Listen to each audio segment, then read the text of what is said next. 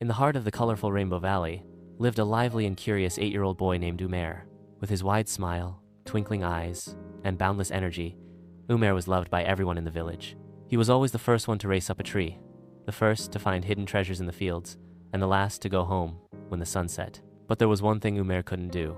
He couldn't swim, and that made him sad every summer. You see, Rainbow Valley had a beautiful, clear pond called Crystal Pond, hidden just beyond the woods. Every year, when the sun began to shine brighter and the air turned warm, all the children from the village would rush to the pond. They would jump, splash, and swim like happy ducks. But Umair, he would only sit on the edge, dipping his toes into the cool water and watching his friends laugh and play. Sometimes, they'd call out, "Come on, Umair, jump in," but Umair would shake his head. "Maybe next time," he'd reply, forcing a smile.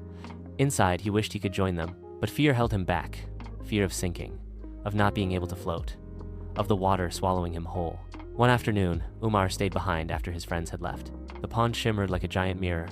The trees danced with the wind, and the only sound was the gentle splash of water. Umair threw a pebble into the pond and whispered, "I wish I could swim." Suddenly, he heard a quiet splash behind him. He turned quickly and saw a golden frog sitting on a lily pad. Its skin sparkled in the sunlight, and its eyes were a deep ocean blue. "Wishing won't help, Umair," said the frog in a soft, croaky voice. Umair jumped back. Did you just talk?" The frog nodded. "Indeed. I am Frederick, the magical swimming frog. I only appear to children with kind hearts and brave souls." Umair blinked. I don't understand." Frederick hopped closer. "I've seen you sitting here day after day. You want to swim, don't you?" Umair nodded slowly. "Then I will teach you. But you must promise me 3 things. You won't give up, you'll be patient, and you'll trust yourself." Umair smiled. "I promise." Frederick took Umair to the shallowest part of the pond and began his lessons. Frederick taught Umair how to hold his breath and blow bubbles. "Put your face in the water and hum like you're singing underwater," said Frederick. Umair tried and ended up sputtering. He coughed and laughed. "That tickles." "Good start," said Frederick. "The water is your friend. It only needs to know you trust it." By the end of the day, Umair was making big, bold bubbles. "Lie on your back and pretend you're a leaf floating down a stream," Frederick instructed. Umair was scared at first, but Frederick encouraged him. "Relax your arms, take a deep breath, and trust the water." Umair leaned back slowly, and he floated. His eyes sparkled as he looked up at the sky. "I'm doing it. I'm really floating." Frederick showed Umair how to kick. Frederick, fish, showed Umair, boy, how to kick. "Keep your legs straight and strong. Kick like a kangaroo hopping underwater." Umair kicked and splashed, laughing more with every try. Frederick guided him gently, correcting his posture and cheering every little success. "Now let's add your arms," said Frederick. "Big, wide strokes like you're flying through water." Umair practiced again and again. By now his fear was almost gone. Each stroke took him a little further into the pond. One day, Frederick gave Umair a small challenge.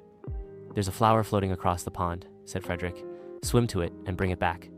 Umair looked at the distance. It seemed far, but he took a deep breath, remembered his training, and began. Step by step bubble, float, kick, stroke. Umair swam across the pond. When he reached the flower, he held it high and shouted with joy. "I did it!" Frederick clapped. "You're ready." The next day, Umair's friends gathered at the pond. He smiled at them. "Ready for a surprise?" Before anyone could respond, Umair took a few steps and jumped in. Splash! With smooth strokes and confident kicks, Umair swam across the pond. His friends gasped and cheered. "Umair, you can swim!" "How did you learn?" Umair looked at the lily pads, but Frederick was gone. Only a single golden bubble rose from the water. He smiled mysteriously. "Let's just say, a magical friend helped me." From that day on, Umair was the best swimmer in the village, and he never missed a day at Crystal Pond. He even started helping other kids who were scared of the water just like he once was. Moral of the story: learning something new might feel scary at first, but with patience, courage, and practice, anything is possible, even swimming across a pond like a hero.